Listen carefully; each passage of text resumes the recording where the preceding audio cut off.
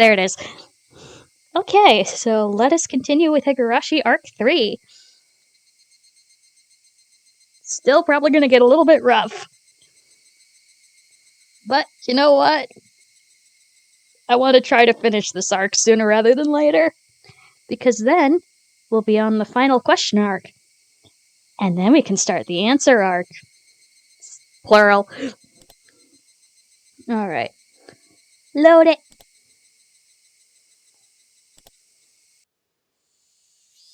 I walked forward quite a ways, then turned right, where the rice fields ended. I'd never come here before, so I had no idea where to go. I got lost several times, so I may have taken quite a long way around. Maybe I should have gone back home and gotten my bike first. Probably a better option. It would have made everyone else worry if I'd asked them. So I asked one of our other classmates where Satoko's actual house was. That house was originally her family's, apparently, not their uncle and his wives. Their house had been bigger, so they had taken it for themselves. I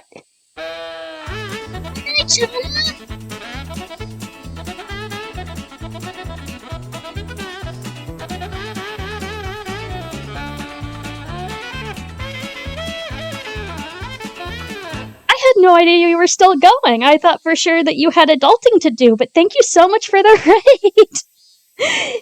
Yay!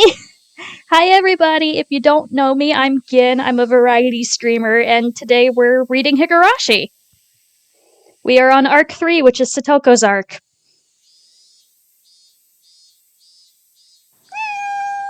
Aw, thank you for the follow, Yule?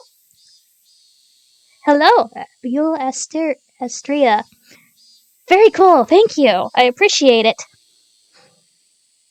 Yeah, good luck with your adulting. Thank you very much, I appreciate it. I will be reading the text out loud, just so you know. Right here. Summer house is all in a line. Over there? I was visiting Satoko's house, but I didn't particularly intend to meet her there. Does she even know you're coming?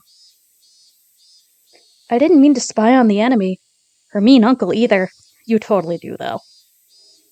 Maybe I just wanted to be a little closer to her, as her Nini. Pretty words, but I didn't know if they were true. If what Tomita-kun and the others told me was right, it'd be this house? When I recognized it, my feet grew heavy. What did I come here for? My motive for coming here was absurd. When Mion had said at the end that we were powerless, it made me sort of frustrated. Gee, I wonder. I just wanted to do something, anything other than waste the days away praying for a miracle. That's what made me come here. But that was all. Even if I were to witness her uncle actually tormenting Satoko, what could I do? What could you do indeed, Keiichi? Would I act like a comic book hero, punch the guy in the face and take Satoko away with me? And then live together somewhere far away? That was ridiculous. I'm powerless. The cicada's voices raised in a chorus sounded like they were scoffing at me. Yeah, they probably are scoffing at you. They're going, ha, ha, ha, ha, ha, ha. And so they were saying that if I could do anything and wouldn't do anything, then I should go back home. I heard a car approaching, so I got out of its way. But the car stopped right behind me, its horn honking shortly once. Annoyed, hadn't I gotten out of their way? I looked behind me, and a familiar face was looking at me out of the driver's seat window. Ouch. Oh, hi, Irie. You didn't jump in that lake like I requested that you do last time? Hello, Maebara-san. How unexpected to meet you all the way out here. Do you live nearby? Me being here wasn't normal. Just as I considered somehow giving him the slip, I noticed Satoko sitting in the passenger seat. Satoko? Satoko got out of the car and began unloading a lot of groceries from the trunk. I happened to run into Coach on my way back from shopping. He said he'd bring me home, so I accepted his offer. She wouldn't have been able to carry all those groceries on her bike. As Coach spoke, he pulled Satoko's bike out from the back seat where he'd put it. The grocery bags were big, and there were 4 of them. They all seemed to be packed full and very heavy. Those bags. 7 smart? Hey, isn't that a little far to go by bicycle? I looked at the bags, saw that they were filled to the brim with sake bottles, snacks, and that you'd eat with sake, boxes of cigarettes. So basically, he had her go to a mega run to the 7-Eleven. Their weight was one thing, but their contents were nothing less than luxury items that they can't afford. I made it thanks to Coach. He helped me out. It was a little difficult going up those hills. Satoko gave Coach a smile filled with gratitude. But it was incredibly awkward, and even heartrending, yes. Satoko, these groceries aren't for dinner tonight, are they? Of course not.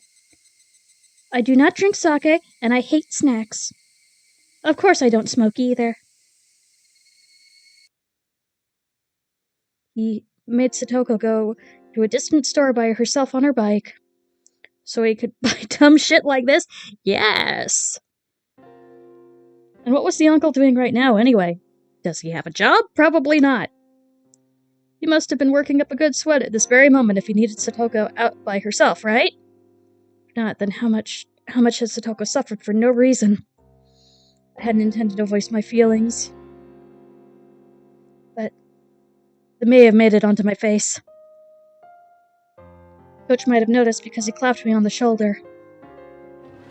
Just then, one of the house windows clattered open, and a face of a vulgar man, the very sight of which made me immediately avert my eyes, emerged from within. Okay, big question is, are you getting the characters right?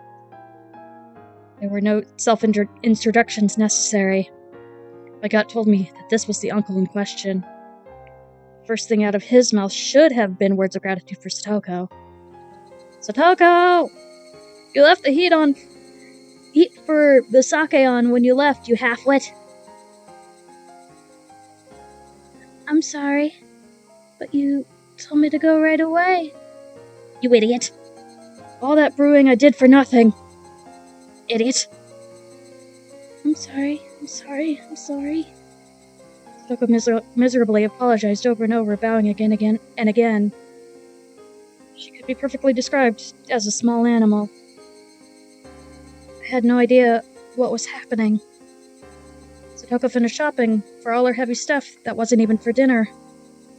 She only managed to come back because she ran into Coach and he drove her home. If she hadn't been found by him, she'd surely still be by herself, panting and moaning, pedaling her bicycle up that steep hill. What was with those words, those horrible sleazy words that he had said to Satoko? In what country's dictionary did it tell him to say such things?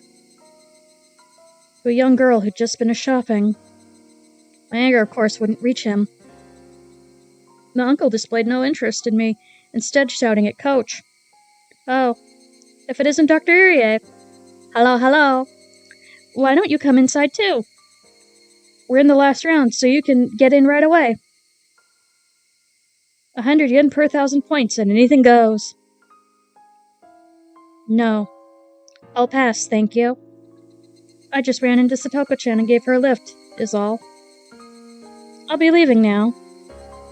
Nah, come play around. You got a lot of money, yeah? I didn't even understand what our uncle and Coach were talking about. Probably like a terrible poker game or something. But I knew one thing for sure, none of what had just been said had been to thank Satoko in any way. Satoko, could you bring us the damn snacks? And start getting those beers chilled, too. Gotta get us some cold ones from the fridge. Dad-chan, you're so harsh on her. She looks so sad. You should take better care of her. This is how I gotta treat her. She's been like this since she was with Bro. Spoiler, and she ain't gonna listen to a damn thing you say. Shit. Whatever, it's your draw, Techan. Spaki-san?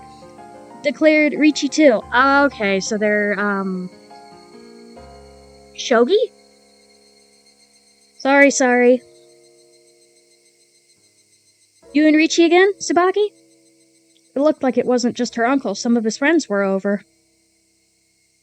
Hey, wait. Was he... No. What were they doing? They're gambling, Keiichi. Flinging rude words right and left, making Satoko go shopping for your beer. What were they doing? My uncle's friends came from town, and they're playing, mahjong. Okay. He told me to prepare dinner for them as well. What the hell? Mahjong?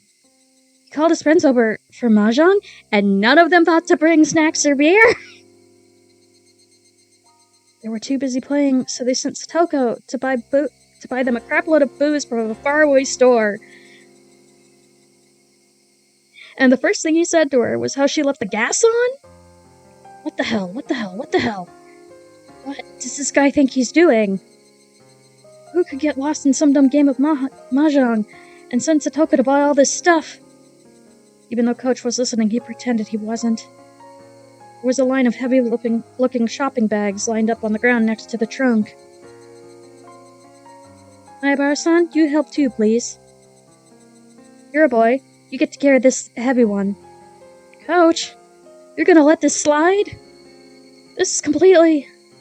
Coach pretended he hadn't heard that violent outburst either. When I thought about it later, his reaction might have been the best thing he could do in that situation. I'll carry 2 of them myself. Come on. Help us carry them, please.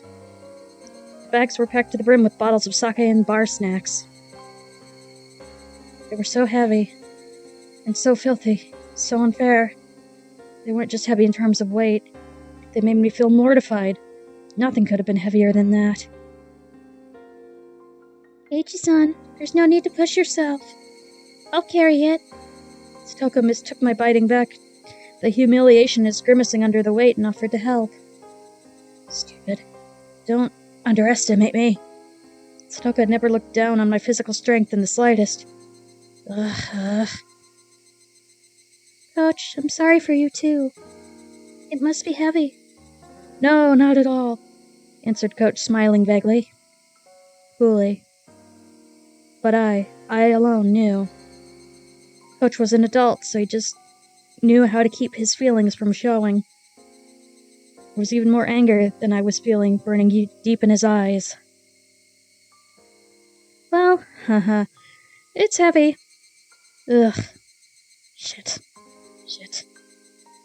It wasn't very far in the doorstep of Satoko's house, but the bag squeezed my palms and started leaving red marks. Fury welled up in me, and the back of my throat stung. But even as it all came gushing out, it wouldn't solve anything. So, just tightly gritting my teeth as much as I could. Really, thank you so much. Both of you. You really helped me here. After we carried them back to the back door, Satoko said that was enough. Occasionally we would hear the repulsive laughter of her uncle and his friends from within, and my insides would seethe. I knew they weren't ridiculing us, and that was why it made me so mad. They made Satoko shop for all this heavy, selfish stuff, then ignored her and laughed amongst themselves as they pleased. It was deeply aggravating. Of course, Coach had to have felt the same way. But if he accidentally let his feelings slip into his face, he'd only cause Satoko more worry. He knew all that, and spoke coolly, as if to say he didn't care. Not at all. I'm happy I could be a bit of help to you. If there's anything else I can help you with, please tell me. Yes. I really am happy you feel that way. That he feels that way. Those words were sad. Satoko herself was sad and resigned that we could only help her so much. But she was right. No matter how much Coach and I wanted to help Satoko, This was as much as we could do. I felt absolutely ashamed at not having the power to help her any more than this. Burning, boiling emotions were bubbling up within me and rising into my throat. Trembling all over, I almost started to cry from my fury. Me too. If there's anything I could do to help, I'll help whatever you need. So, hang in there. I wanted to at least give her those trite words saying that I'd help her whenever she wanted. Yes, thank you very much. I'm happy just that you came all this way here when you didn't need to. Satoko seemed to have guessed what I was doing in a place like this. When my house was in the opposite direction from school. Alright, you should get going. They're drunk right now, so there's no telling when they'll get mad at you, what they'll get mad at you for. She felt guilty getting us involved after we'd helped her, because she wanted to be the only one to suffer this misfortune. That's how it looked, and it hurt. I handed my supermarket bag over to Satoko, and then I noticed on the back of Satoko's hand was something that looked like a bruise. Hey, Satoko? What the heck? Is that a bruise? I knew as much as anyone how transparent that sounded. I didn't need to hear it from Satoko to know how that bruise came to be. I just slipped down the stairs and hit it a little. Please pay it no mind. You're lying. Coach nudged me in the back, and he put his index finger to his mouth to chide me for being so loud. Really, thank you so much. Until tomorrow, I hope we can see each other at school. It's not what I'm talking about. I asked you how you got that bruise on your hand. The evening glow finally got to a point where I could see the other concealed oval-shaped bruises and traces of swelling on her neck and her legs and other places too. I fell down the stairs. Ho ho ho ho. The very moment my violent, rampaging emotions were about to burst their way into my throat, I found my mouth being tightly clamped down on. Coach was pressing down on my mouth from behind, wrapping around me tightly with his hands. Because of that, I couldn't say anything. I could only groan, which I did. That was all I could do. I needed to expel all the magma sitting up within me, because otherwise I'd surely explode into a million pieces at that very moment. So I groaned from my mouth, from my whole body, while heat fell in drops from my eyes. I groaned and groaned. I groaned to the point of exhaustion.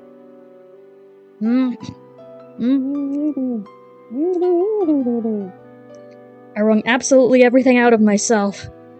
Everything. I'd lost my voice. Even having lost my voice, I was still wringing it all out. I understand how you feel. I really do, Mayabara-san. Please, just endure it for now. Please, I'm asking you, Mayabara-san. Endure it.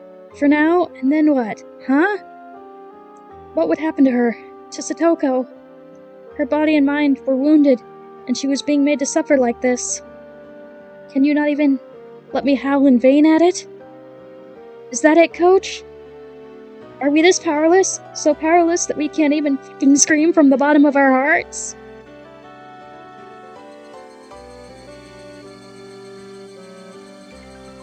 The voices of the Higurashi made me calm down.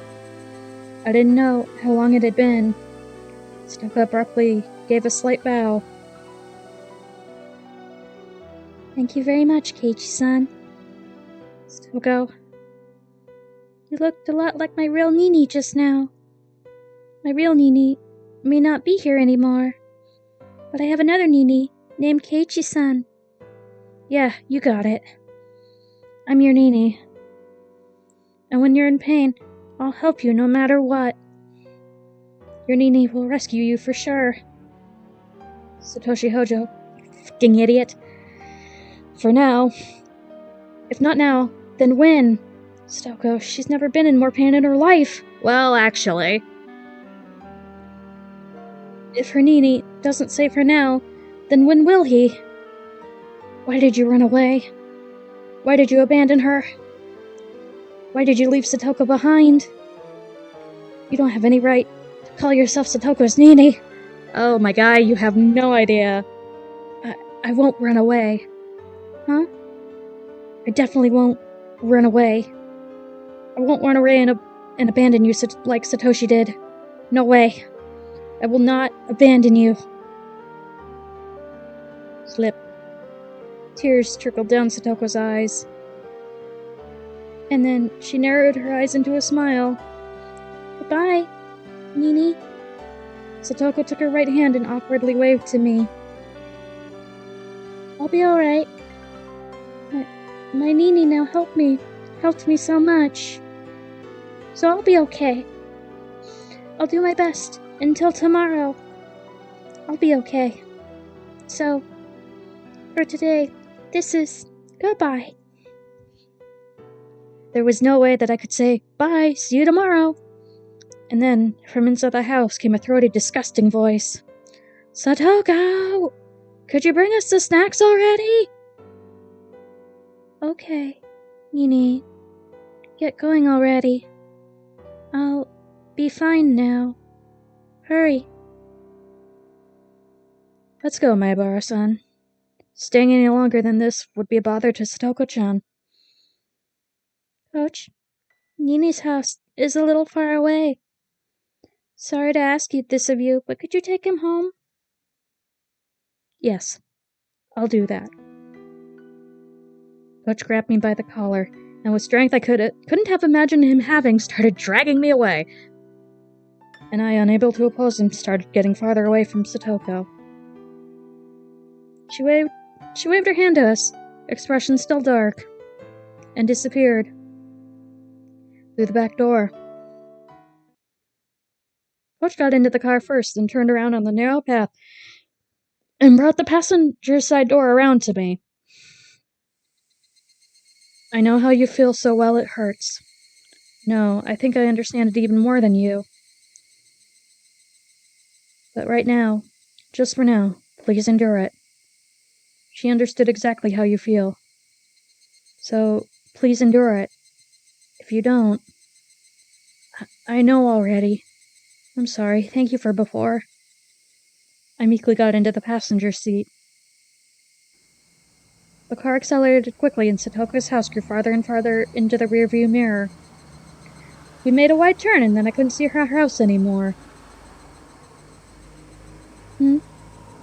Is your house that far away? It's in the other district from the school, isn't it? Or direction. I didn't bother to reply. I would have been hard-pressed to give an answer as to why I was at Satoko's house. Coach didn't say anything more either. For a while, the two of us were silent, the only sound from the grapple spraying over the road as we drove. I remembered how Rina said things were different than last year. At the time, she had Satoshi with her. Satoshi protected Satoko, so that less of the sparks fell onto her. But now, Satoshi isn't here. Yes, that's the unfortunate truth. Coach seemed to understand what I really meant when I said that. It's a terrible, sad, cruel story. But there's a limit to our resolve, our efforts, and our assistance. It sounded like an excuse, but he was right. Even if Coach and I wanted to be people Satoko could depend on, that was all.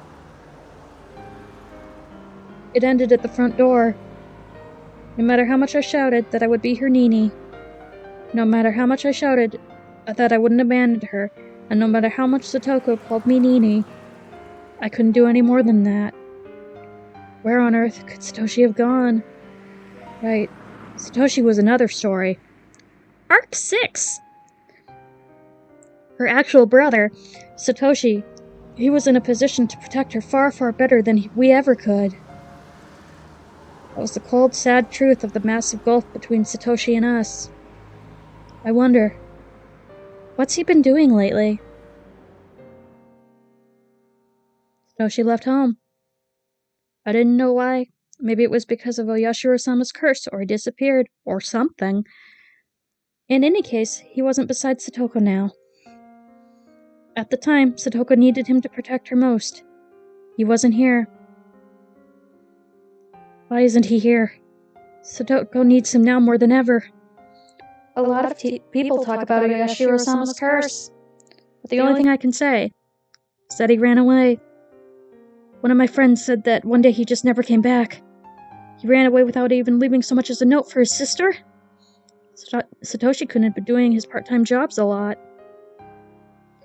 At the time, Satoko-chan really wanted this huge stuffed animal. It ended up costing a lot, so he was doing all sorts of part-time jobs in order to afford it.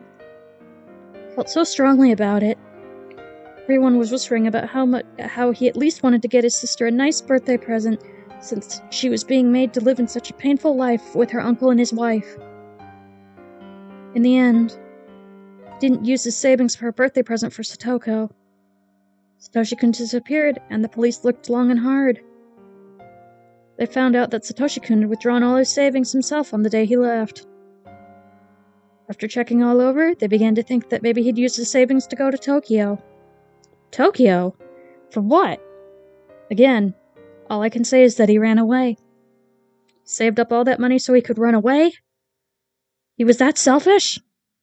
But how? How could you just leave Satoko behind? If he was going to run away anyway, he should have brought Satoko with him. Even now, Coach was still calm. He wasn't trying to pour any oil on the fire of my anger at all. Just waited until my anger naturally subsided. After listening to the gravel being crushed under the wheels for a little while, Coach spoke abruptly. Please understand, Satoko-chan left behind arrived at the same conclusion. I'm a burden on my brother, so that's why he abandoned me. Didn't take her with him when he left. How terrible must Satoko have felt being betrayed by the brother she loved so much. But Satoko-chan was a very strong person. Of course she had the support of close friends too, but that's how she regained her smile.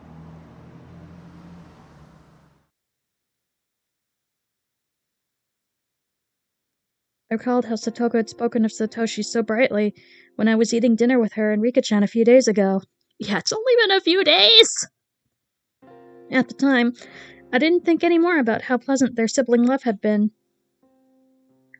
But now that I did think about it, I realized it was like she was peering into the distance from atop a pile of tragic perseverance. She said Satoshi-kun would come back for sure. And that when he did, she wanted him to see how she was no longer a burden. Satoko isn't a burden. She's way better at day-to-day living than me, and she could do pretty much anything. I mean, she might fall behind Rena or Rika-chan in certain aspects, but she's way more of an adult than most people, at the age of, 9 to 12. That's the result of her having worked so hard since she didn't know when Satoshi would come home. Her efforts are so painful. While she lived with Rika-chan, Rika-chan taught her how to handle everything flawlessly.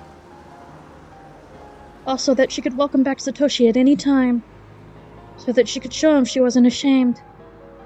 So when is Satoshi gonna come back? ... I asked Coach, but knew he wouldn't be able to answer. In any case, Satoshi ran away. He left Satoko and ran away from Hinamizawa. Someone said that when you leave Hinamizawa and run away, Oyashiro-sama's curse gets you, right? Then that made sense. Satoshi running away, and his disappearance, that would obviously mean people thought it was the curse, right? And they could smile, as though it were his own fault, as though he got what he deserved. Hey, Oyashiro-sama, whoever you are. Satoshi didn't vanish because he ran away. You demoned him away with your curse, didn't you? If that's not what happened, then I couldn't forgive him. When did Satoshi run away? The night of the Watanagashi festival last year. When their aunt was killed by that deviant. It was a few days after that. On Satoko-chan's birthday. On Satoko's birthday? Bang! I slammed my hand on the dashboard in front of me with all my might. Satoshi, of all the days, you could have chosen to run away. Ren had just died a few days before, didn't she? All your days of suffering were about to end, weren't they? You were just about to start thinking about a new life, weren't you? It's wrong to be happy about someone dying, but for Satoko and her brother, her birthday had come at a crucial turning point. Their mean uncle had fled town, and the siblings would be left alone. They should have been able to be happy about that. On Satoko's birthday. Satoko was probably waiting for her brother to return the whole time. Waiting for her brother to return when he never did. Waiting with bated breath for her brother to return, her hopes and dreams of a new life to come growing even larger. But no matter how long she waited, he didn't come back. He didn't even contact her. Satoko trembling in anticipation of a great present. Just when would she have to face the cold, terrible truth? Satoshi, you fucking idiot. I could feel my blood rising into my head and my anger at Satoshi. I was frustrated. I was aggravated. I couldn't forgive him. Satoko still respected and adored her brother, and yet he so heartlessly betrayed her. Such a person wouldn't just come back.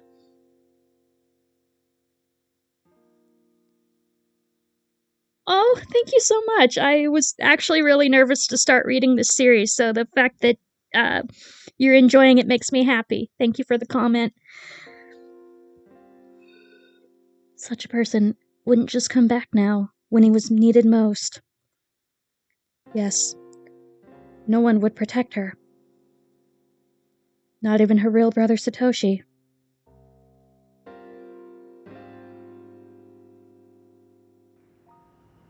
So when she started to see you as her Nini, I was happy. Huh? I pray for Satoko-chan's happiness as well, but I have a position in society and a job to do every day. I have little time that I can devote to Satoko-chan. But you're different. You go to school with her, and you're close to her, and you're close to her and Satoshi-kun's age. ... I know you think you can only do so much, but you're in a position where you can give Satoko-chan a hand much better than I can. So I want you to help her enough for both of us. That's what I wish for. But that's... Coach, you could... Of course, with my job skills, there's plenty of things only I can do to help her. But in the same way, there are things only you can do for her. What I want to say is, we should both perform in every way we can. Was that a little too complicated? Coach added that, but I shook my head in response. When I heard him say that he had job skills, it reminded me that he was an adult in a different position from all of us. Maybe I should ask him about it. Oh, Coach, do you know a lot about laws? No. I know less than the average person. Why? I thought back to when I argued with Mion and the others about Satoko. Our children's argument had only left us with the conclusion that we had to wait and see. But what would an adult think? What was it? The child welfare law? As an emergency measure to secure the safety of a juvenile, they can force him or her to separate from the parents. They can do that? So then, we could rescue Satoko from her uncle right away. Satoko-chan might not want that. Unless the person being abused wants shelter. Anyway, it doesn't go that far. Satoko doesn't want it? Why? Coach didn't answer me. I didn't know why he didn't. It was clear as day that Satoko's uncle was being violent and treating her like a slave. So then why?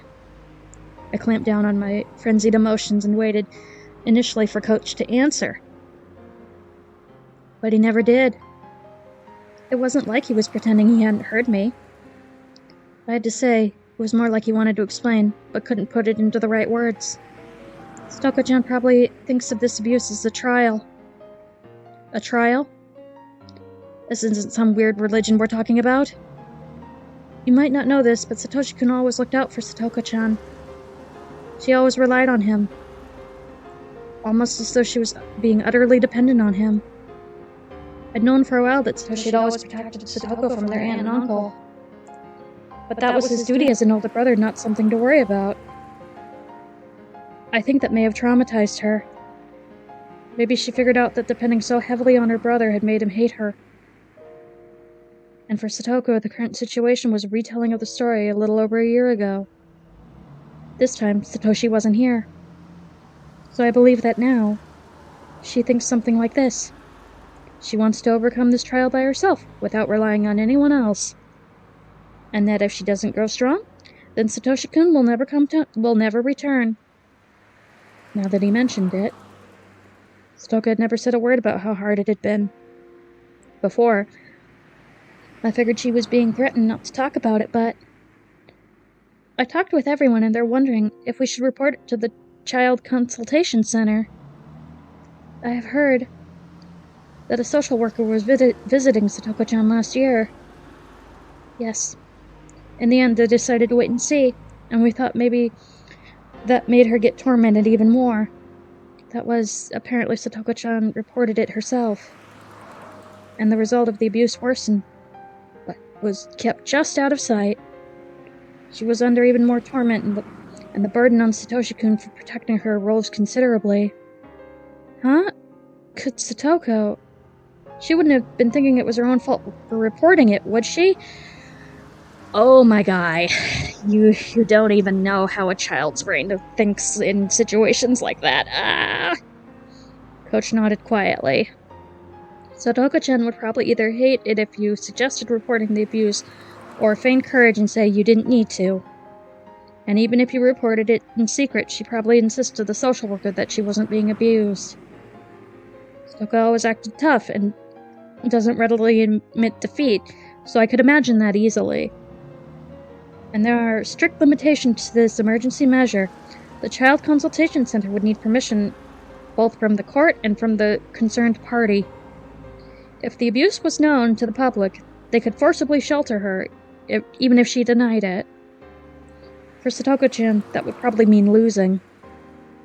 This isn't about winning or losing. This is real life. Satoko, she's...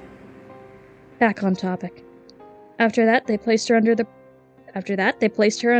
their protection. She would be sent to a childcare institution or the like. And she would basically be living there, so it would mean moving away. And with the change in residence would come a change in schools, too. Changing schools.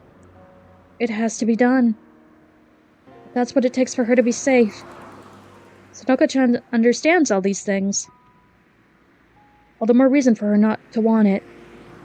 Why? Because Satoko-chan's reasons for living is to wait at that house for Satoshi-kun to return.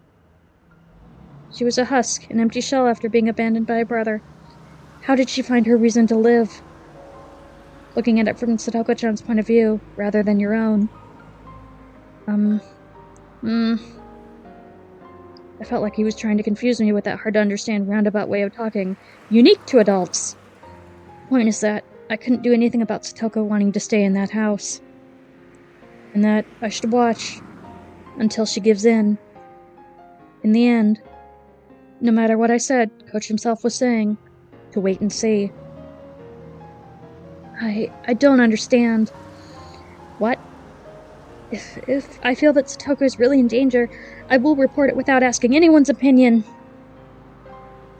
She might not be happy with the result, and she might hate me for it. But I believe that will ultimately be what brings Satoko happiness. Coach turned to me, gazed fixedly in my eyes. It was written all over his face. He was shocked, and what such a young kid had said. Why would you go that far? Coach, no, rather, normal adults might not have understood. So I taught him the creed and the values that I believed in. Satoko is my friend, and I am Satoko's Nini. Isn't that enough of a reason? I stared at him with a will so strong and unbreakable as steel, as his eyes betrayed the tiny bit of unrest. No. Of course that's enough. We were silent for a little while until finally Coach said only that. Didn't we make a promise? Sorry, what was that? That we weren't going to ever let Satoko cry? We made a vow on that day at the barbecue party. I didn't think about it all that hard, but Coach and I still made a promise. That we would never let Satoko cry. Coach gave a dry grin of regret, immediately apologizing for not remembering. One way or another, when he grinned like that, it made me think that his enthusiasm for saving Satoko was only a tiny bit smaller than mine. He lightly hit the brakes, making a skidding noise, and leaned forward.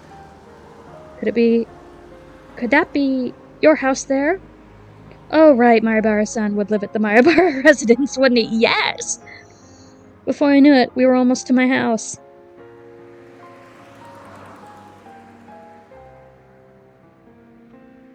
House. Okay. That should be the end of the current chapter, because I think we stopped at a halfway point last time. Let's see if there are any tips, and I'm going to take a sip of water. Yep. Case 31. Alright, we'll do the tips.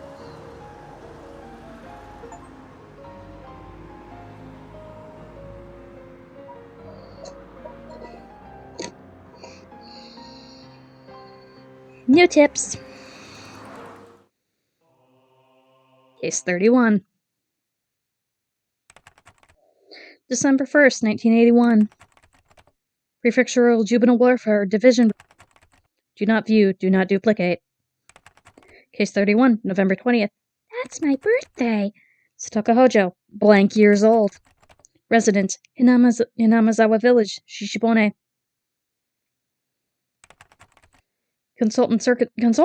Consultation circumstances. Anonymous telephone SOS of child abuse. Abuse situation. Anonymous claims that a female child is suffering from physical abuse from adopted parents, her guardians. Family structure. 0 marks abusers. Adopted father, adopted mother, older brother, child in question. Note, in June 1980, the child's parents died in an accident. She was given to her uncle on her father's side, her father's younger brother. Child Consultation Center's response. On the day of the anonymous telephone consultation, the center called the child's school and asked for a situation. The next day, the welfare officer on duty visited the child's home and heard what they had to say. Both the adopted parents agreed to the center's coaching. Contacted anti-abuse networks in the city. As part of the suggested coaching, a district welfare officer in the area began visiting for coaching at fixed intervals. The scrawled note below is stapled to the report. Related information from the former Mr. W. Refers to 1977 document D23 number 44. Asked Chief Investigator F from the city's education consultation offices. He is well informed about it.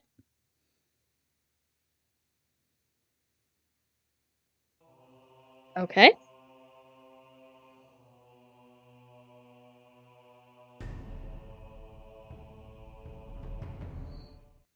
Alright, let us save real quick. Continue.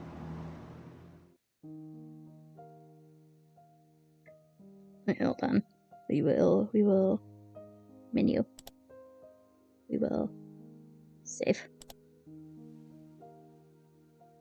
Save. Yep, end of chapter 6. Really? End of chapter 6. Okay.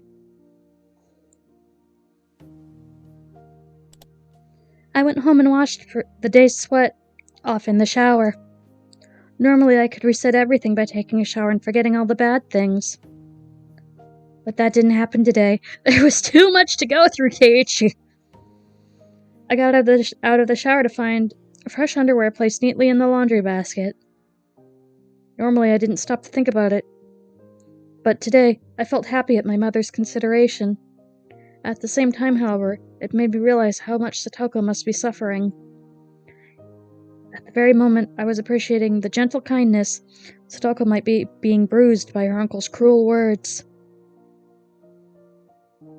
I went up to the second floor and shut myself in my bedroom. Then, facing my desk, I folded my arms. My topic of thought, of course, was Satoko.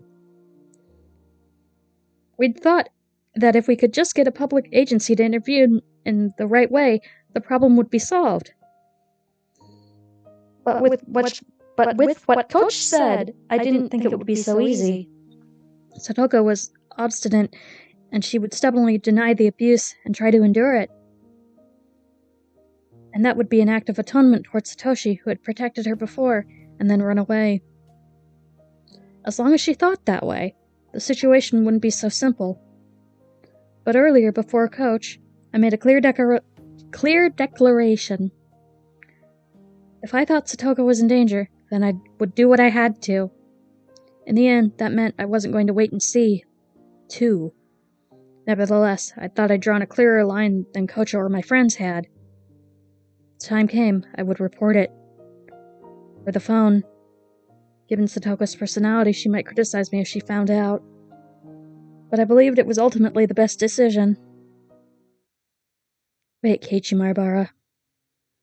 Would that really be all it took for the problem to end? So that I reported it to a public agency like the Child Consultation Center. What if they stuck to their wait-and-see attitude like last year again? Last year, they decided to do just that, and the situation improved temporarily. But then the aunt, thinking herself a laughingstock, increased her tormenting in secret. In the end, things became more underhanded than ever before. This year, it was her uncle. I had just seen him for the first time today, but the man seemed much more direct, much more violent than the words underhanded could imply. He wasn't like their aunt, no. Not that subtle. He was much more direct. He might also assault her with punches and kicks. It could easily be discerned from the bruises and such I saw on Satoko's body. Shit, you're too naive, Keiichi Maribara. How heroic it may seem to report what is happening. If it doesn't save her, then it doesn't mean anything. Reporting things to a public agency was only one option, and leaving everything to them would be dangerous. We would need something more to guarantee Satoko's safety. I scratched madly at my head, thinking, then tilted it back, waiting for at least a little bit of calm. Then memories of angry arguing with my friends today came to mind. I want to read it as angrily arguing, but that's not how it's written, so that's not what we're reading. I was embarrassed that I hadn't realized it until Rana said something. She was right. My house is big. Compared to all the houses in the straw-thatched roof in Hinamizawa, it was really big. We did actually have empty rooms. I'd never thought that we were affluent, but also never that we were poor. Welcome to the middle class. I just didn't admit it, because people would think I was arrogant. Yeah, considering the rest of your town is quite poor.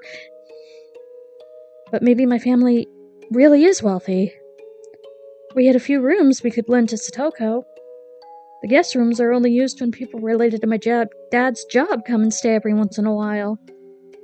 Plus, if we cleaned up a few rooms my dad used for storage, then we could work for her. That could work for her as well. As for food expenses, that might have been a more serious problem than a kid like me could imagine. Lunch every day would be manageable. All of our friends would just bring a little bit more for lunch than they usually did. With everyone pecking at everyone else's food anyway, it might be manageable. For breakfast and dinner, though, that would have to be up to Mom. I would need to convince her to lend Satoko more than just a room. Of course, I didn't even think that convincing her would be that easy. But how much did it cost for one person to eat? How many tens of thousands of yen per month? They couldn't complain about it if I shouldered that, could they? I only had 10 or 20,000 yen in savings, but it was something. I actually had even more thanks to New Year's gifts and such, but my parents had taken all of that and put it into a fixed time deposit. If I could get access to that, that should add up to a lot of money. And if I get that far, Mian and Rena would need to share some of the burden. Of course, that didn't seem like it would work. Rena got mad at me, didn't she? Oh yeah, she got furious. About how I shouldn't just shove responsibility onto others. I'd have to ask for help. Even so, I'd basically be saving her myself. I would follow through on it. Oh, but it wouldn't just be food expenses. There were a lot of other things that you couldn't do without, like baths and laundry. My mother was awfully methodical and strict about cutting out inefficiencies, and for once, that was troublesome. She might even make reference to the money it would cost for the detergent Satoko would use for her own clothes. I couldn't think about only food expenses. I needed more money. Hey, wait, Keiichi Maibara, since when was all this about money? Even if you could afford it, you would need your parents' permission first. They'd be looking after a young girl for a really long time. What would I say to persuade them? Just calm down a little bit, Keiichi Maibara, and you realize right away that you can't. Even if you asked them seriously, they would tell you to call the police. Even if you managed to gain their empathy, why should the Maibara family have to shoulder all the burden by itself? That's what would happen. That was it. It was very sad and frustrating, but no matter how much I wanted to help, my resolution alone couldn't save everything.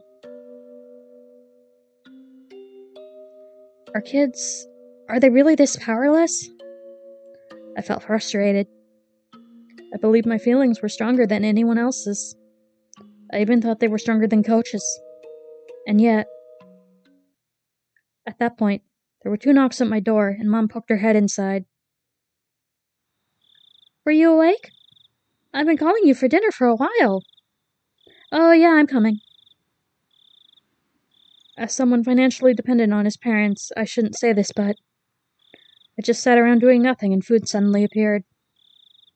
Well, it's so natural to me that I'd shamelessly thought of it as the responsibility of the parents who gave birth to me.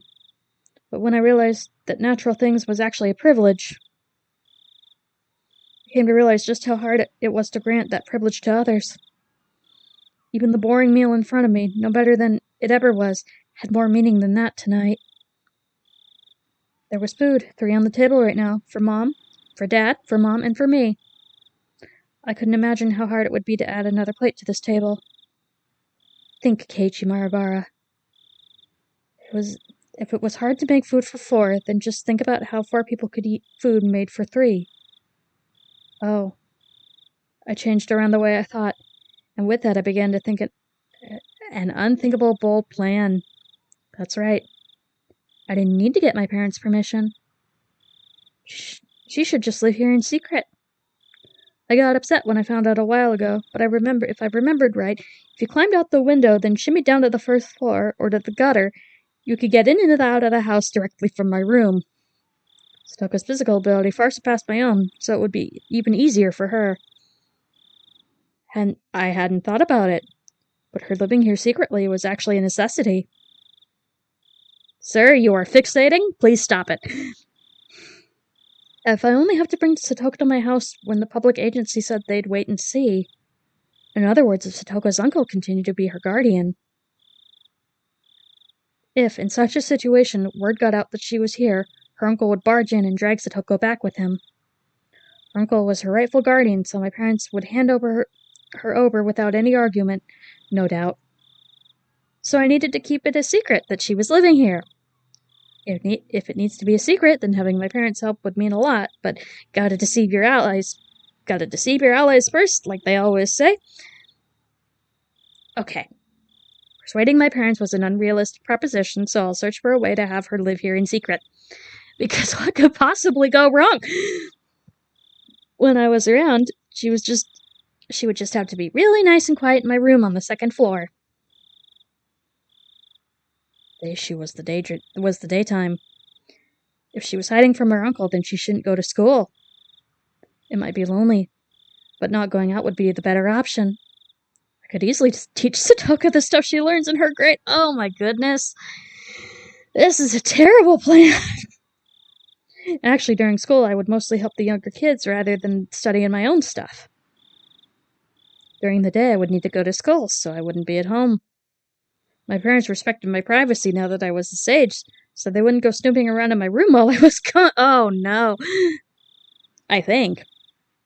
If she holed herself up in my room, it would be okay, right? This is a terrible plan. If my parents did come, thanks to where the 2nd floor was, she could hear their approach from the sound of them coming up the stairs. and there would be a little bit of time before they got all the way up. I estimated a few seconds that she would be able to hide herself in the closet. What if they needed to go in your closet? Wait, Keiichi. Something doesn't make sense. A lot of this doesn't make sense. If she can't go to school, then what'll she do for lunch? Calm down already. I could just leave her my own lunch, couldn't I? I should go to school without lunch and get everyone else to split theirs with me. Okay, that's good. No more contradictions or oversights, right? Oh, breakfast and dinner. I could somehow get her to go without breakfast.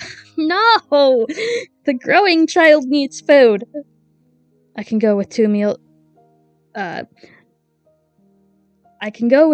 a day, and I sleep in on Sundays after all. Every night, I'd pretend as though I had a bigger appetite than ask for a bigger helping. And then I could just somehow give part of that to Satoko. As a test, I stood up from my seat with my plate of fish in my hands. What's wrong, Keiichi? Sit down and eat your food. Well, I'm kinda not in a good mood. Could I eat up in my room? You'll make a mess. Eat dinner at the dinner table. Sorry. Hey, wait. I only tried to take 1 plate of fish, and they ganged up on me? In reality, it was impossible for me to smuggle food away without my parents knowing about it. It must have been worth taking the time to think about. There must be some trick, some method to avoid them realizing. Even if I can't think of one today, I might think of one tomorrow. My appetite was rapidly fading, so I finished early and went back to my room. I went back there and tried to think about it from Satoko's point of view. For example, let's say my parents were coming up the stairs right now. I've got to hide. I opened the closet. Clatter, clatter. Didn't open quietly. Hey, wait. Did it always open real smooth and quiet? Or didn't it? Why was it suddenly doing this now? What is this? A faulty house? Had it already gotten old or something? Or was I just not putting enough work into it? Did you have a bunch of things that might be up against the door, perhaps? Could I just plaster it with wax? The sound itself may have been soft, but it left me uneasy as to whether my parents would detect it happening when they climbed the stairs. But that was an easy problem. I could do something about it. I just had to fix it up a little bit, so it didn't make any noise anymore. For now, I'll close myself in the closet as though I'd successfully hid. Oh boy. I basically always left my futon out on the floor. I couldn't think of any real reason my parents would want to go into my closet. Even so, there still might be some reason they would. I might need to construct some sort of camouflage so that she wouldn't be noticed even if they did open it.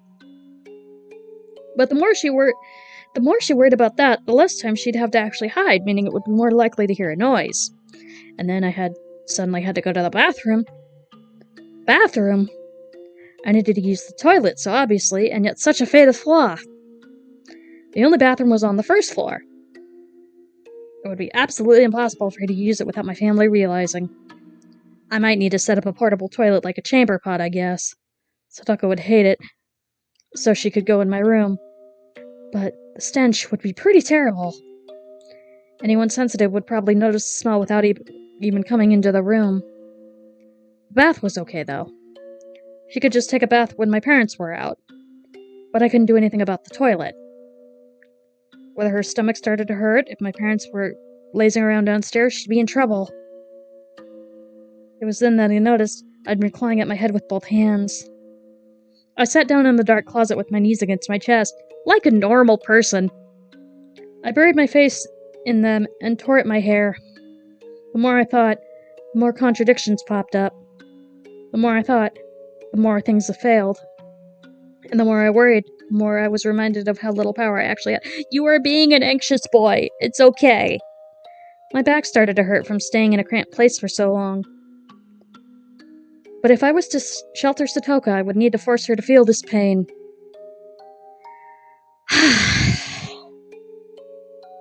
To live in such a dark, narrow, suffocating place forever.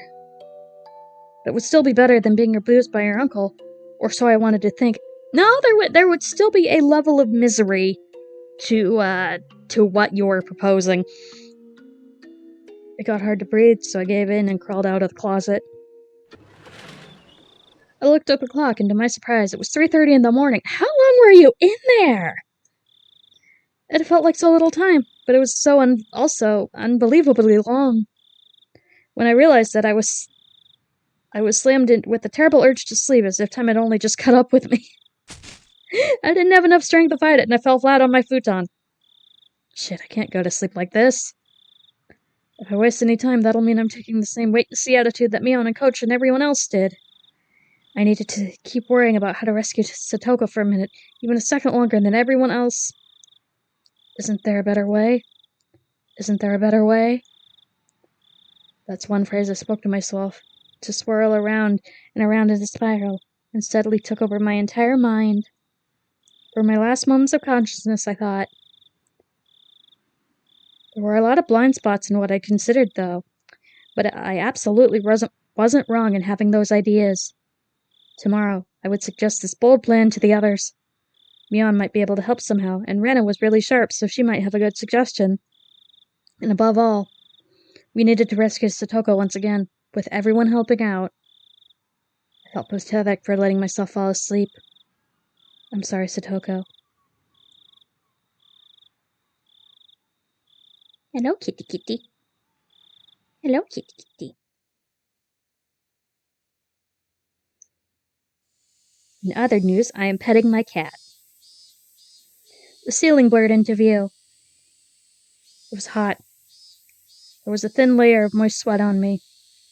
The voices of the cicadas permeating my room, I could read, was somehow grating in my head.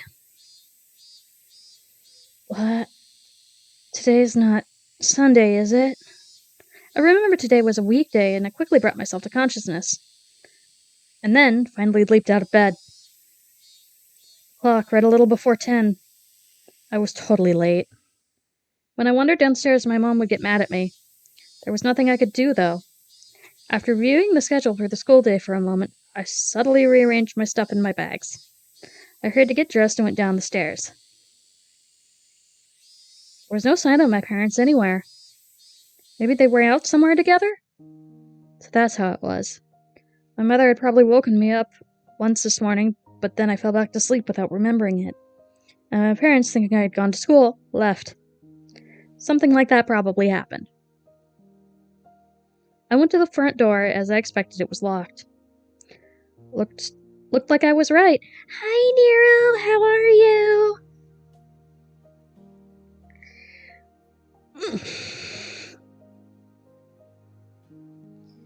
It was further evidence of my speculation being correct. When I realized my parents weren't here, I suddenly felt less like I had to rush to get to school. There was one portion of breakfast left in the dining room. Probably mine. The milk they poured into it had gone warm since a while ago. When I realized how hard it would be to sneak in food for Satoko. Yesterday I had cried. Well, thinking back on it, food wasn't the only issue in that regard. I wasn't in any position where I could bargain for Satoko by myself anyway. It's such a heavy thing just to save a single person. I'd seen this on TV and comics all the time. Those feel-good words about how you will save your friends for sure and such. Was that why I ran my mouth like that? Swearing to save her because I wanted to feel good about it? No, that absolutely wasn't true. Because the fact is, I couldn't save her. Because I didn't want to think like an adult, like I couldn't do anything but watch. Had Satoko gone to school today? I immediately realized that it was a meaningless question. Whether or not she did, there wouldn't be a change in the environment she'd been placed in. If I couldn't save her, then no one else could either. And we could only pray for a miracle. Are we so powerless? Question mark. With a vague goal of getting to school in mind, I sluggishly put on my shoes and stumbled out the front door. I'd only overslept by 2 or 3 hours, but the sunlight in the air felt completely different from how they usually were in the morning, because again, it's 2 or 3 hours later, it's probably warmer outside. Well, of course they did. Once 10 o'clock came around, you could barely call it morning anymore. I didn't feel like walking the same old route to school. I needed to ultimately end up there, but it was like I didn't want to choose the shortest route to make a proactive one to get to school. But in a more positive light, maybe I wanted some time to walk by myself and think. I had to go to school, partly to make sure Satoko was safe, but I hadn't come up with any plans yet. Nothing since last night. So the path I took from my house was in the complete opposite direction. He's literally taken the long way around. If I went this way, I'd pass by Rena's house and the dam site. It would be quite a detour. I calculated how long a detour it would end up being. Then, satisfied with the answer, I started to walk. Rena had brought me to this dam site a few times. One section of it had turned into an unlawful, oversized garbage dump that Rena had liked going to, fishing for junk in there. Without that, she'd come off as a completely normal girl, too. I can think of a few other qualities she could do without, but whatever.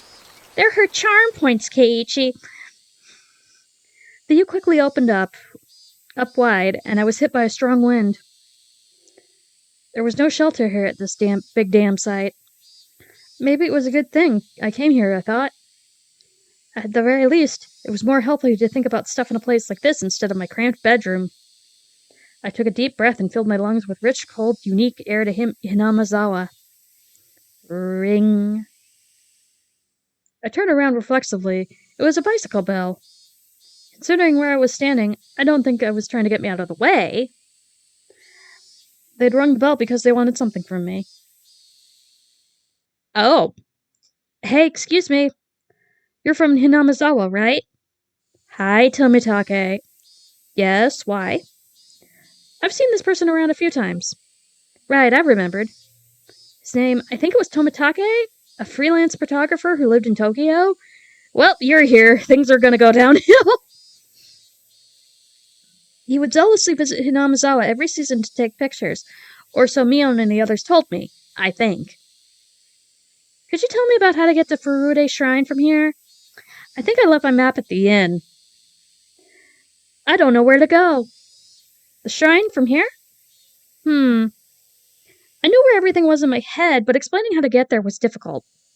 I was a little irritated at having been bothered for this, but when I realized it meant my detour actually meant something, that feeling faded quickly. I'll tell you, but it's a little difficult to explain. I could bring you there too if you don't mind. Really? I would be in your debt. Thanks a lot. But are you sure? Didn't you have something to do? Tomitake-san finally appeared to realize how strange it was for a student like me to be here at this time of day. I smoothly told him not to worry about it, then turned my back and started walking towards the Furude Shrine. Tomitake-san hurried to turn his bike around and came after me. Sorry. Don't worry. Hi, Liv. Did you get foods?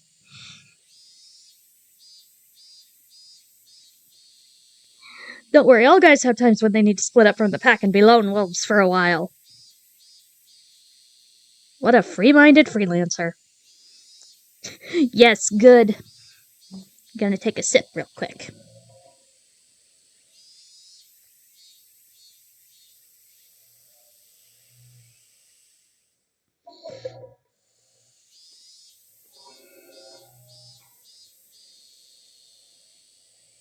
Oh yeah, it would be for you, wouldn't it? Yeah, that's a late lunch. It was easier for me, too, that he was under that impression. I'm Tomitake, a freelance photographer. I specialize in wild birds and landscapes. I'm still pretty unknown, though. It seemed absurd for him to introduce himself to me when I was just showing him to the shrine, but he gave me his name, so I needed to give mine back. I'm Maribara. Pleased to meet you, I guess. Maribara-kun? Pleased to meet you. He seemed like a pretty silly man. It felt kind of good, considering I'd been suffocating with worry over Satoko all night. Along the way, Tomitake-san spoke at length to me about how precious the nature in Hinamazawa was, and how it was a treasure trove of rare wild birds, despite me not having asked. I wasn't interested in what he had to say, but he seemed to be enjoying himself, so I left him to it.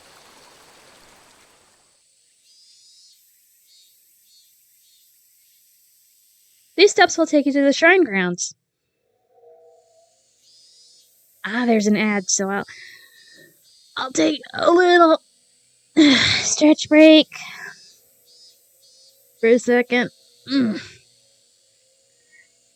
These steps will take you to the shrine grounds. Thank you. You really helped me out. I think I'm a little late.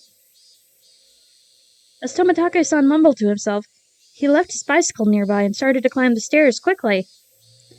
I didn't have to watch, but as far as my internal clock could guess, it was still a little late in the morning. Okay, good. Welcome back. School wasn't very far from here. Maybe I could kill a little more time until then? With that in mind, I went up the steps in pursuit of Tomitake-san. When I reached the top of the long staircase, I arrived at wide open shrine grounds that were... Oh boy, lawn people, hold on.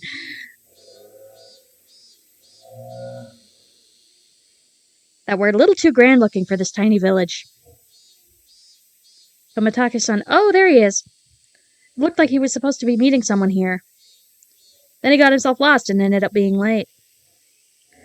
He was bowing to a lady who must have been the person he was meeting. That lady, I knew her. Hi, Takano. Oh, it's you, Mayabara-kun.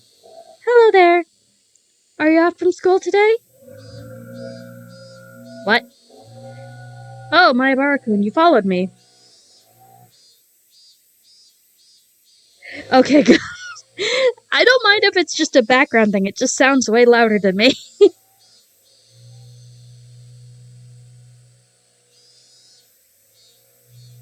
I wasn't really planning to. I just wanted to kill some time. Oh my. Arriving at work late like an executive, how refined. You certainly are famous for taking the time to look at like a big shot. What was I, a celebrity?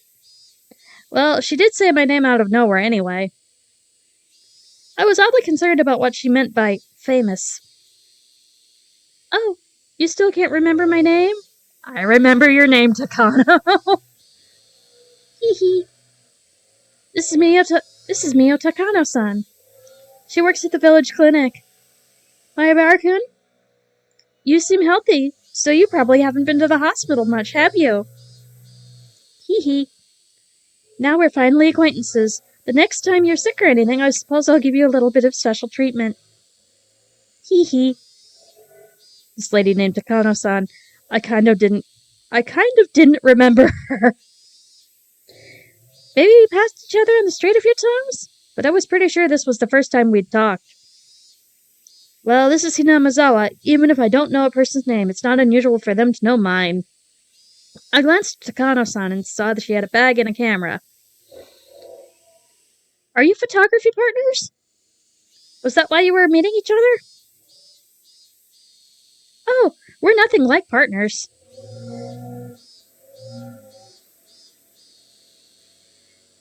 I am but an amateur, and Jiro-san is gently initiating me into it.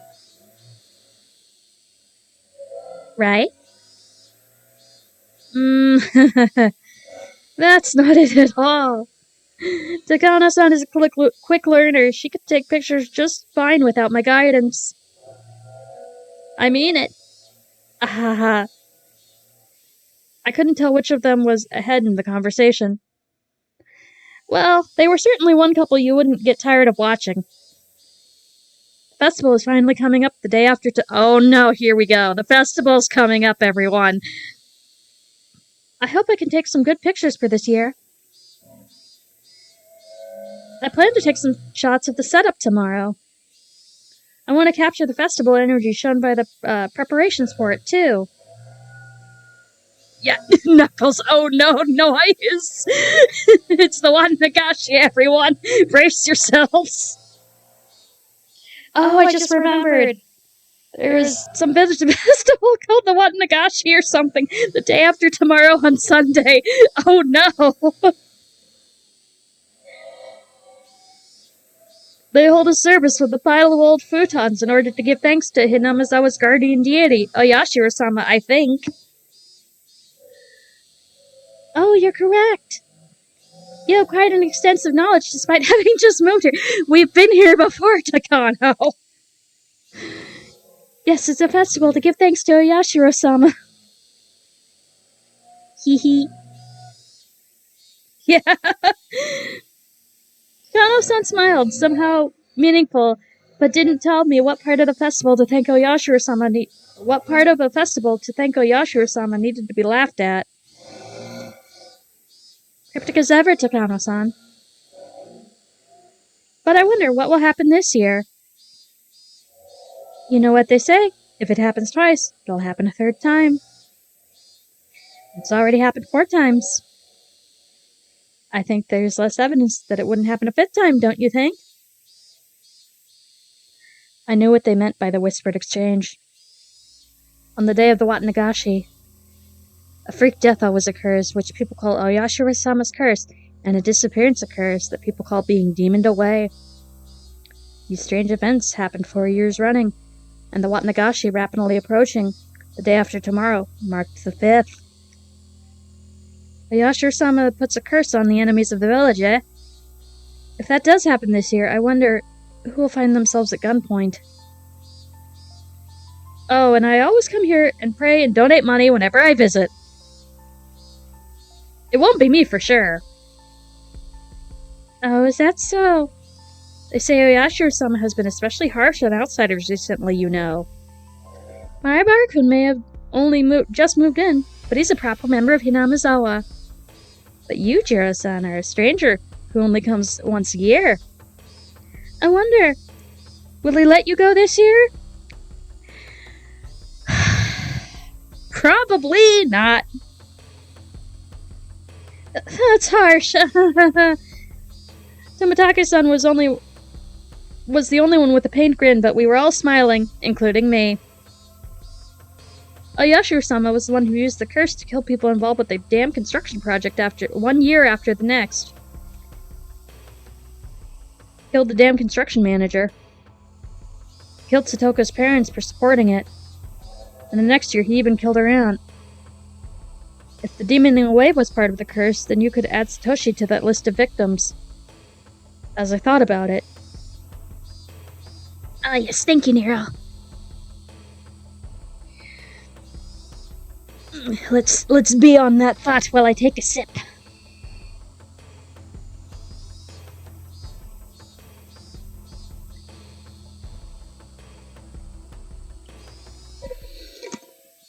I realized that in the serial freak deaths incidents, the overwhelming majority had the last name of Hojo.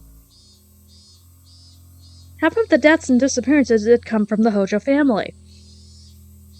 The Hojo family lived in Hinamizawa. Did that mean Oyashiro-sama punished and cursed them particularly harshly, because despite that they had been in favor of the dam? Have you heard the news that Satoko's uncle has returned? Takano-san, who had been enjoying a few words with Tomitake-san, was caught unawares by my sudden inquiry. Oh, I'm sorry. What was that? Satoko's parents were killed by the curse, and her aunt, too. So I was wondering if maybe you were in order. Her uncle would be next. Her aunt had a miserable death from the curse last year, and her uncle left in fear. Let his fear take over and fled into town, right? Oyashiro-sama doesn't allow people to try and abandon the village, does he? I hadn't intended to be quite this persistent. It's almost like you're planning something, Keiichi. With those words, they'd flowed out of my mouth without me thinking about it. Right. Oyashiro-sama's curse.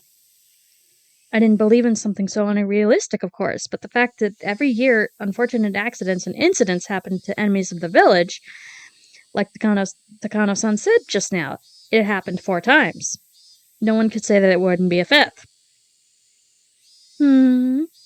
That's an interesting suggestion. It is true that if you look at all those sacrifices in the previous years, those named Hojo come up quite frequently. Given how long it had gone on for, her uncle being the one to die or disappear this year isn't out of the question. Hee hee hee. Not again, Takano-san. Don't laugh about it. It could really happen. I'm sorry, but Yashiro-sama's curse is my life's work. Hee hee hee. Takano-san gave off a mysterious, somehow intellectual impression, and her life's work was mysterious in its own right. She probably really liked the inexplicable supernatural phenomenon or something. Boy, howdy, if we'll get to that in a couple of arcs.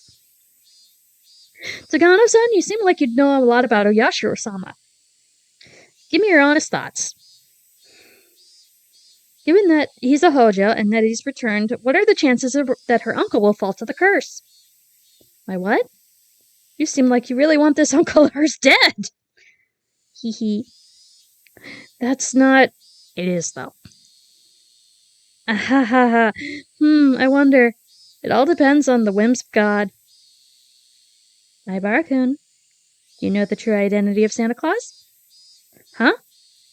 I got a strange question all of a sudden, and I couldn't immediately answer.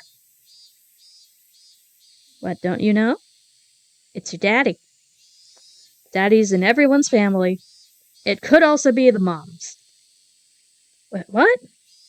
That's what you meant? Well, of course. Everything ultimately comes down to the humans in the end. After all, humans are the only ones living in this world. All the strange things should be explainable in terms of human action.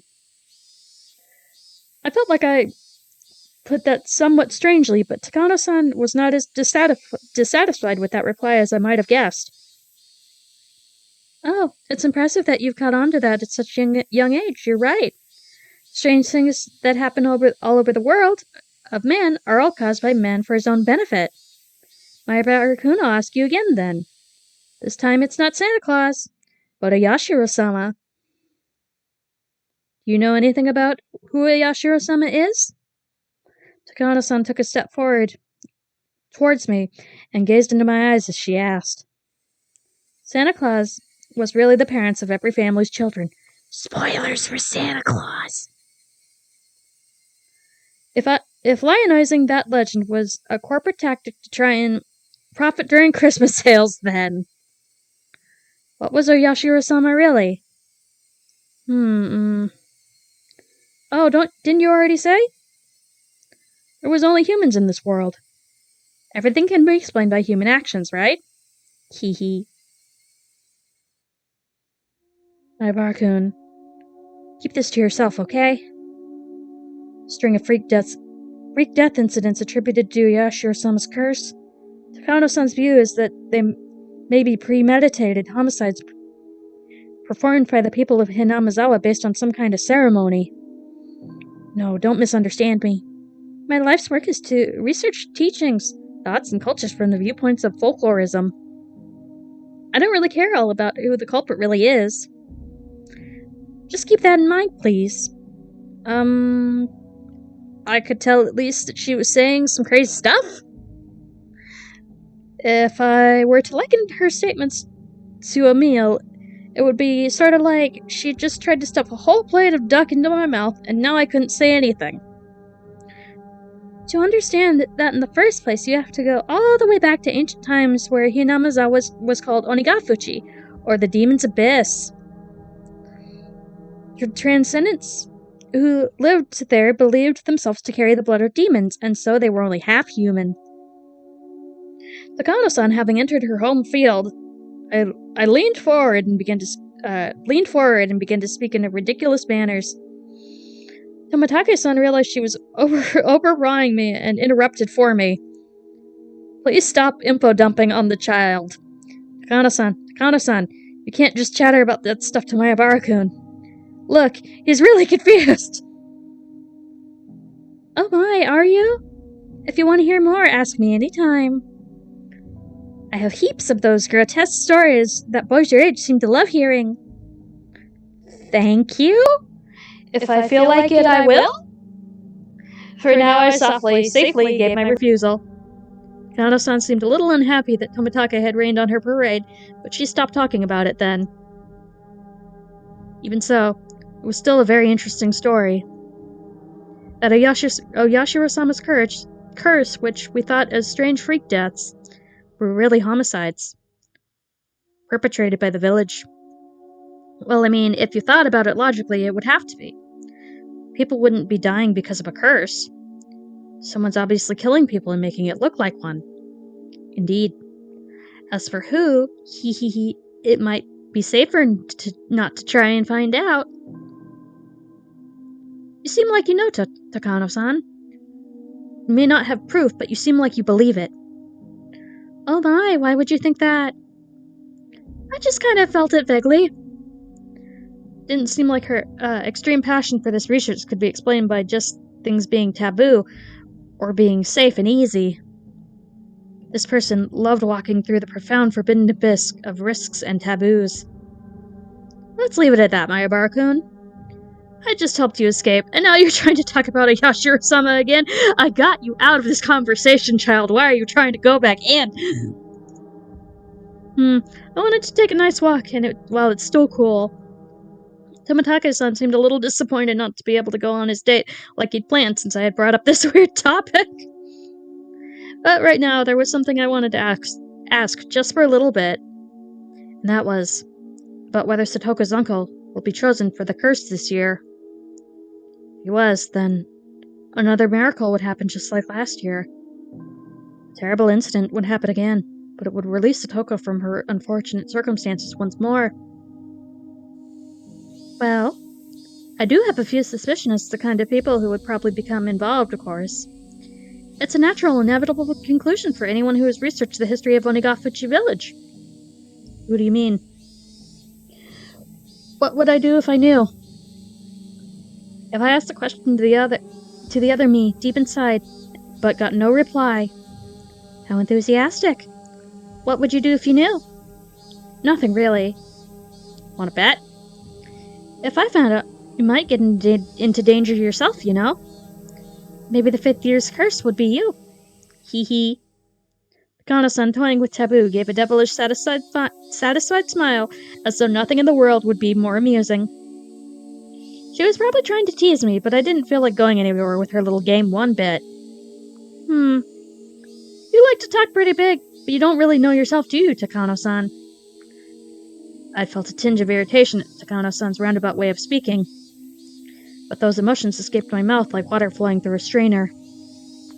Even I was surprised at how directly I had spoken out about how I felt. Of course, I wasn't the only one taken aback. Oh my, you're something. You may just be a boy, but you can still provoke people. How unexpectedly rugged. I don't dislike people like that, you know.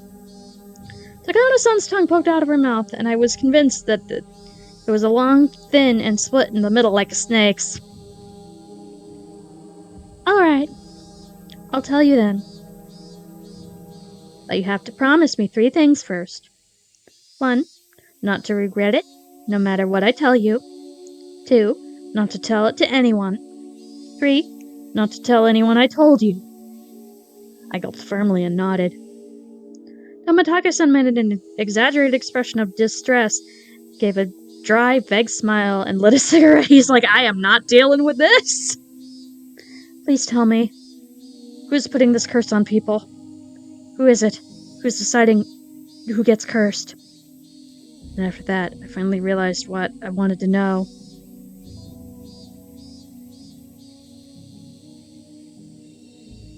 Alright, let's see if we can finish this chapter. I've got about a half an hour before I should stop. So let's see how far we can get. Many of my classmates were playing freely in the schoolyard. A few of them just ran out of the school building, put on their shoes, and tapped their toes to the ground. It looked like they had just finished eating lunch.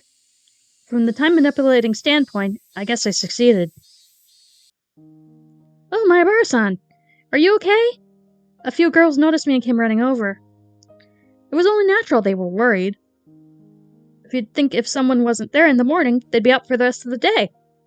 Well, I'm just late for school. Don't worry about it. Anyway, what about Satoko? Did she come today? The girls exchanged glances. I saw a thin shadow fall over their faces and knew the answer without needing to hear them reply. Satoko was absent today, too. When all was said and done, after being out 3 days, she'd only come back for 1. And now she was out again. Who knew she would come tomorrow? Yeah. But the teacher said she got a phone call from Satoko-chan. She said she had a cold. Chie-sensei said everyone should make sure to rinse their mouths out really well. Wait a minute, Chie-sensei. That's a little too thick-headed, don't you think? You're a teacher, aren't you? Why can't you be more sensitive and catch on to the fact that your pupil is sending out an SOS? But even if she did, there was nothing we could hope for. The most she could do was a home visitation. She didn't have the right to take Satoko from her uncle into safety. No matter the result, it would end up like the public agencies with a wait-and-see attitude. It would just piss Satoko's uncle off, and her suffering would only grow deeper. Then, wasn't she saying she had a cold the best option? She's right. Be careful not to catch cold, got it? You can go now. There's still plenty of time left in lunch break. The girls excitedly scattered into the schoolyard. Oh, Keiichi-kun! Rena was yelling out to the classroom window, waving her hand. A moment later, Mion and Rika-chan poked their heads out too. We were very worried that even you would be absent today. Thank goodness! You don't seem sick. You look pretty okay. I felt a little uncomfortable with her saying that I just didn't look sick, but I didn't care that much. What happened? Overslept? Well, late is late. I think if I said I was late because of a train accident, she'd let it slide. You overslept? Mion was being a bit persistent. She was going to put the club presidency cap on and scold me for being late? Well, maybe she didn't have it in for me, so I briefly stated that she was right. There's still more bento. Everyone should eat up. Without Keiichi-kun here, we couldn't have any fun. Satoko's still absent, huh? Even Rena feigned cheerfulness, couldn't stand to hear that, and her face darkened. She called this morning. Apparently she said her cold came back, and she's staying at home again. She said it might go on for a while, too. She must be sad, so we're all talking about going to visit. What are you saying, Rika-chan? Not pleased with Rika-chan wearing a wide smile as though it was a happy occasion, I threw cold water on her. We know best of all she doesn't have a cold, don't we? Don't ever tell a fib like that again, even as a joke. We'll get mad next time. Rika-chan furrowed her brow, looked down, and mumbled an apology. Not just you, Keiichi-kun. It's hard for everyone. I know I'm not the only one worrying. But none of us can do anything either, can we? That's true, but... I got the feeling I would cause another fight if this exchange went on. So I apologized first. Sorry. I'm sorry. Just forget what I said. It's hard for everyone, right? It must be. It was at least clear, however, that I was the only one who had worried so much about rescuing her. At the very least, everyone else was probably got the normal amount of sleep last night. Probably had good dreams, too. They definitely hadn't stayed up all night thinking so desperately. I know it might not be what you want to hear right after you got to school, but you were late today, Kei-chan. Did you have anything to do with Satoko being absent? Huh? Mion, what are you talking about? Sometimes you act kind of foolhardily, Kei-chan. When both you and her were absent this morning, we seriously thought you might have kidnapped her and hid her somewhere. You know, valid. Easy for you to say. If I could have, I would have done that last night. None of them had really thought about how difficult that clear-day solution was. I was up thinking all night, thinking until the night was brightening. And then I concluded that I couldn't do anything of the sort. Don't be dumb. I couldn't hide someone. You're right. I'm sorry. I apologize if I upset you. Don't worry about it. Anyway, let's eat some food. I'm starving. I took my bento box out of my bag. Everyone moved to make a spot for me to sit. Maibara-kun, did you just get here? And just as I was about to stick my chopsticks in, Chie-sensei came along. Yeah? Sorry for being late. I overslept. What the heck? Even the teacher was giving me that strange look. When you're finished eating, could you and the president come to the teacher's lounge? There's something I want to talk about. Probably about Satoko, I thought. Sensei left it at that and went back to the hallway. Eating lunch can wait. Let's go, Mion. You're right. Mia and I exchanged looks, nodded to each other, and got up. It's probably about Satoko-chan. No doubt about it. They were saying she had a cold, but everyone in class knew the truth. I didn't think it would have reached the teacher's ears by now. I kept playing dumb, so I think she gave up asking me. Revealing the truth to the teacher would only worsen the situation. Was that why she hadn't said anything? Or was it because she was Satoko's friend and knew that she was truly trying to endure the trial of her uncle's abuse in order to get her brother to come home? What should we do? Maybe we should use this chance to get a collective opinion. What do you want to do, Rika-chan? Meep. Satoko's closest and best friend was Rika-chan. However much I pretended to be her Nini, it didn't come close to the amount of time they'd spent together. So I felt like her opinion should be held in the highest regard. I know why Satoko is enduring her uncle's torture. Everyone looked startled and turned to me. Back then, whenever Satoko was abused, she probably cried and hid behind her brother. But Satoko thinks that in the end, that's why her brother ran away.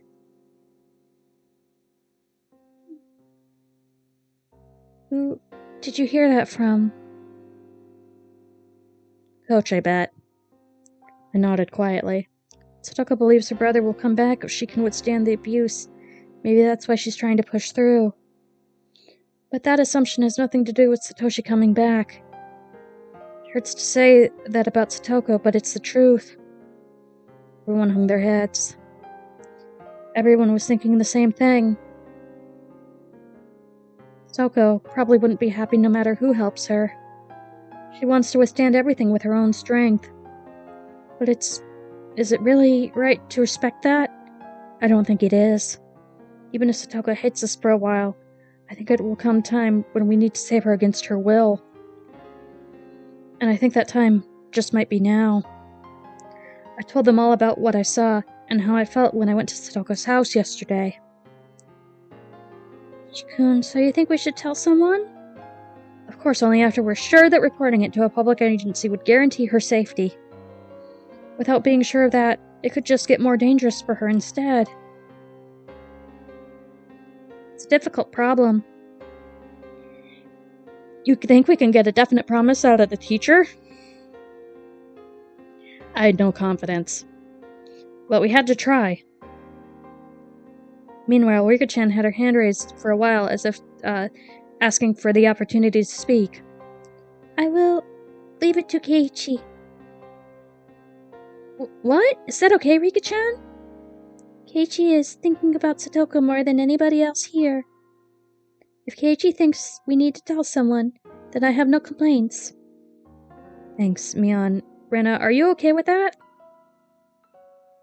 Mion seemed to hesitate, not knowing if she should agree.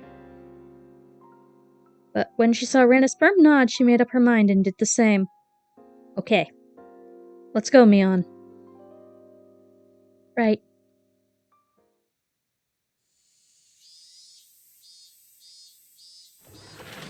Only Chie-sensei was in the teacher's lounge. We didn't see the principal anywhere. Schedule on the blackboard under the principal's name said, Training, going straight home.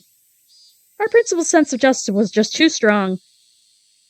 Satoko's problem wouldn't be solved with something so vague.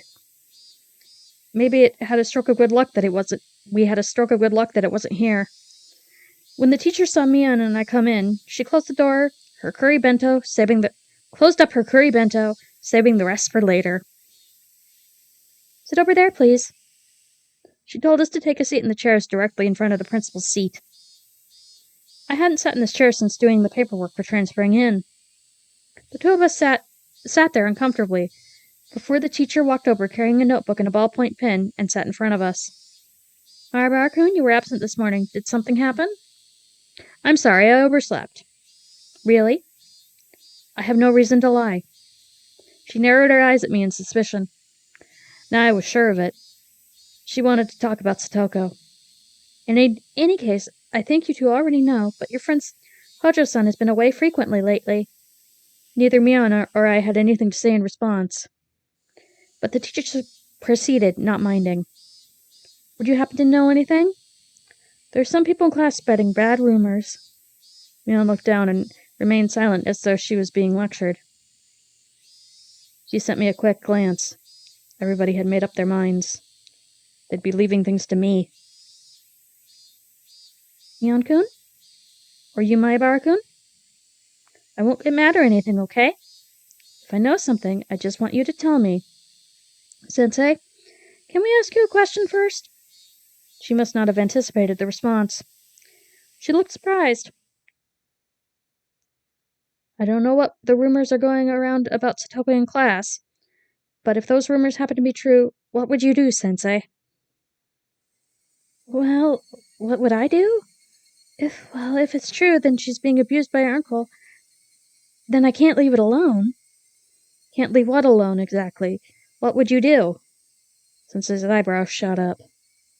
Maybe I said it like I was trying to pick a fight. Maebara-kun, I'm being serious here. So am I. I'm also being completely serious right now. Please answer me. If it were true, what wouldn't you leave alone? Sensei took a few breaths, then began to speak slowly.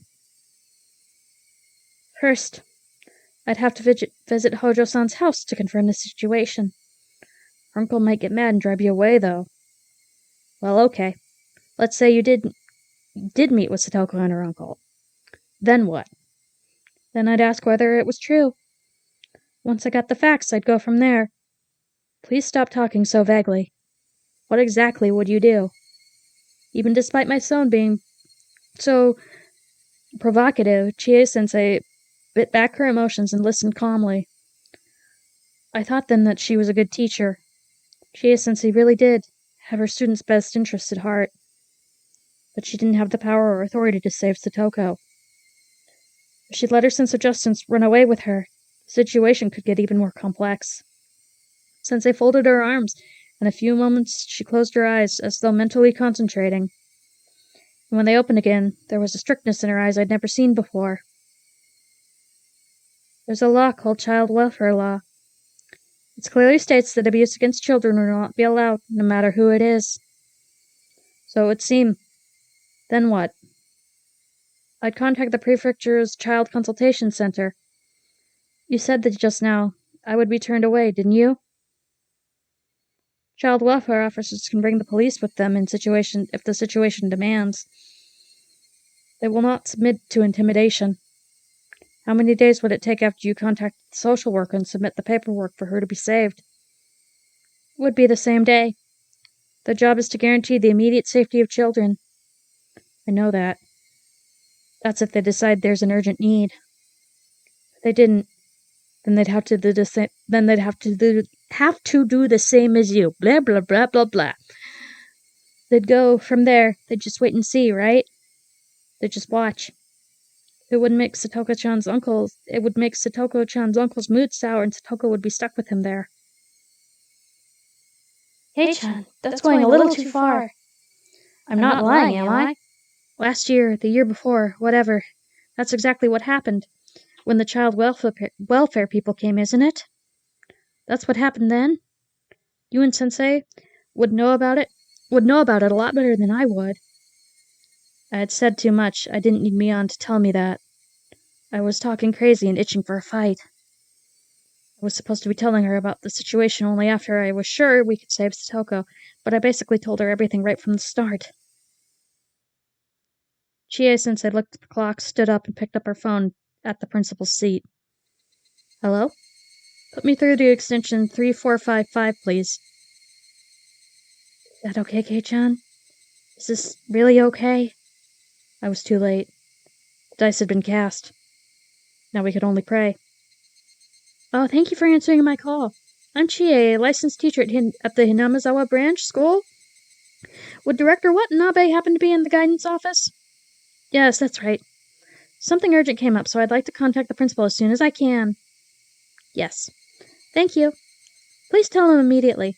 Yes, thank you. The teacher put down the phone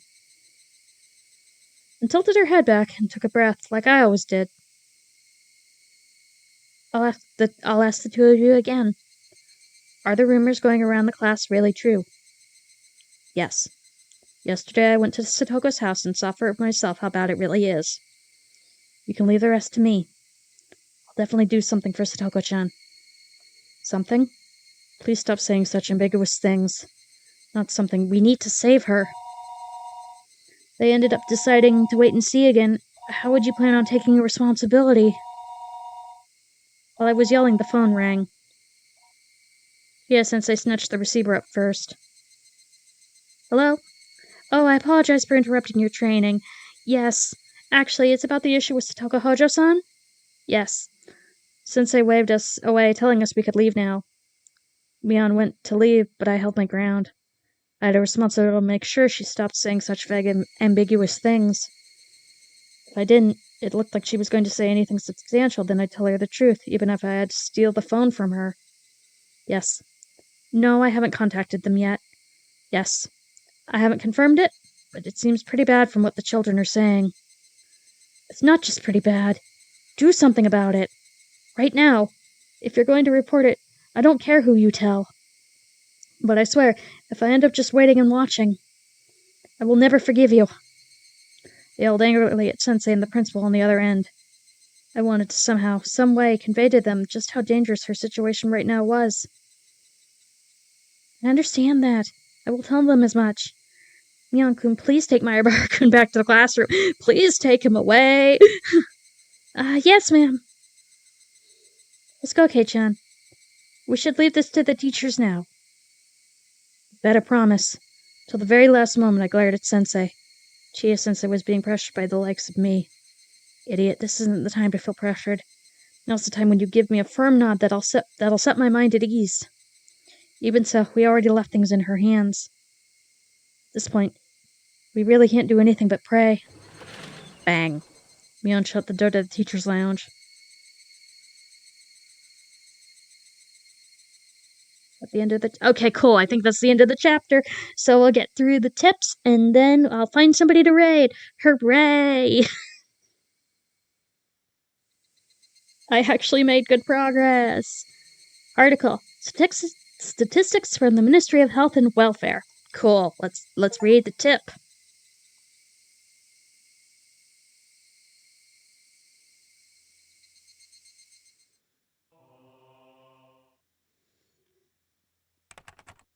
Year 19. Something. Principal abusers in case reported to the Ministry of Health and Welfare. Baby. Total. 5,352. Mother by blood. 55%. Mother not by blood. 3.8%. Father by blood. 27%. Father not by blood. 9.1%. Year 19 whatever.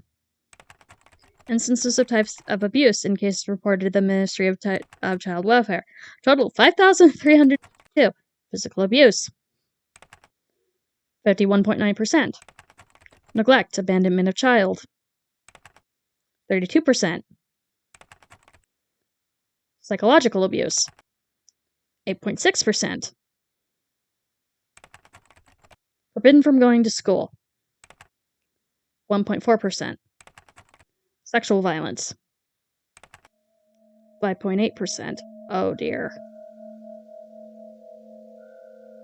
Oh dear.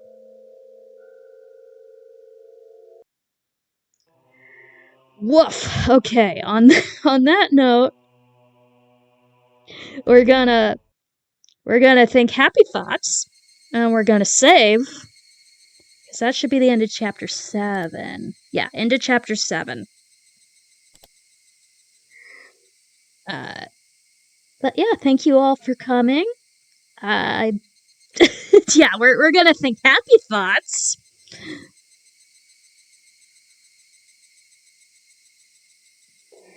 And yeah, we'll find somebody to raid.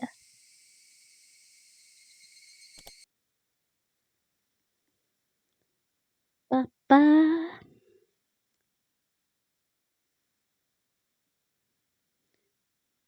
Da-da-da. Let's see, who is gone right now?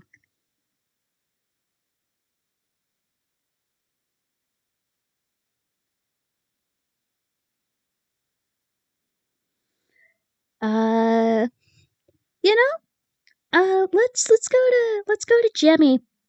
She's doing Final Fantasy 14, I think. It's Final Fantasy something Roman numerals. So, well, I'll send you over for some just chill time with her.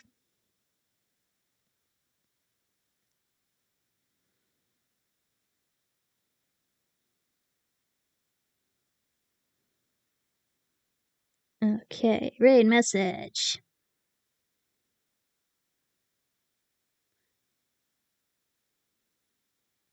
Thank you all for coming. It's always doing this sort of stuff makes me happy, and so I'm glad there's actually an audience for doing the visual novels.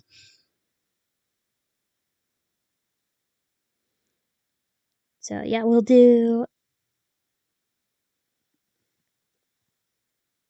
our usual spooky story time raid.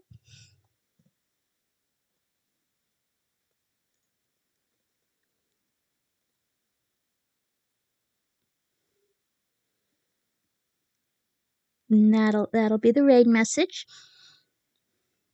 And I'm gonna send you all off. Have a good rest of your day. Bye.